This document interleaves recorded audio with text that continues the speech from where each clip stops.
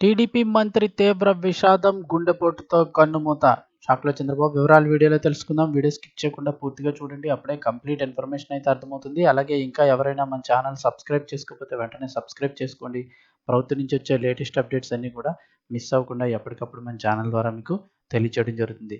అలాగే వీడియోని ఒక లైక్ చేశారంటే మరింత మందికి సమాచారం చేరుతుంది. ఇంకా వివరాల్లోకి అయితే వెళ్ళిపోదాము.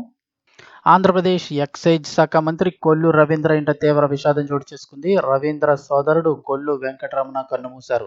బుధవారం రాత్రి ఆయనకు గుండెపోటు రావడంతో హుటాహుటిన మచిలీపట్నంలోని ఆంధ్ర ఆసుపత్రికి తరలించారు. అయితే అప్పటికే ఆయన చనిపోయినట్లు డాక్టర్లు నిర్ధారించారు.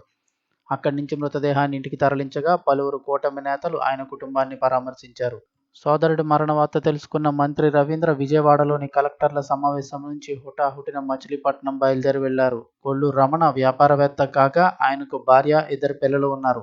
మంత్రి కొల్లు రవీంద్ర సోదరుడు వెంకటరమణ హఠాన్మరణంపై ముఖ్యమంత్రి చంద్రబాబు దిగ్భ్రాంతి వ్యక్తం చేశారు. వెంకటరమణ మృతికి సంతాపం తెలిపారు.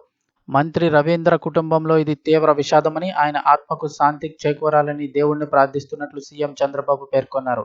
అలాగే కూటమికి చెందిన నేతలు కూడా తమ సంతాపాన్ని తెలియజేశారు. వెంకటరమణ అంత్యక్రియలు ఇవాళైతే నిర్వహించనున్నారని చెప్తున్నారు.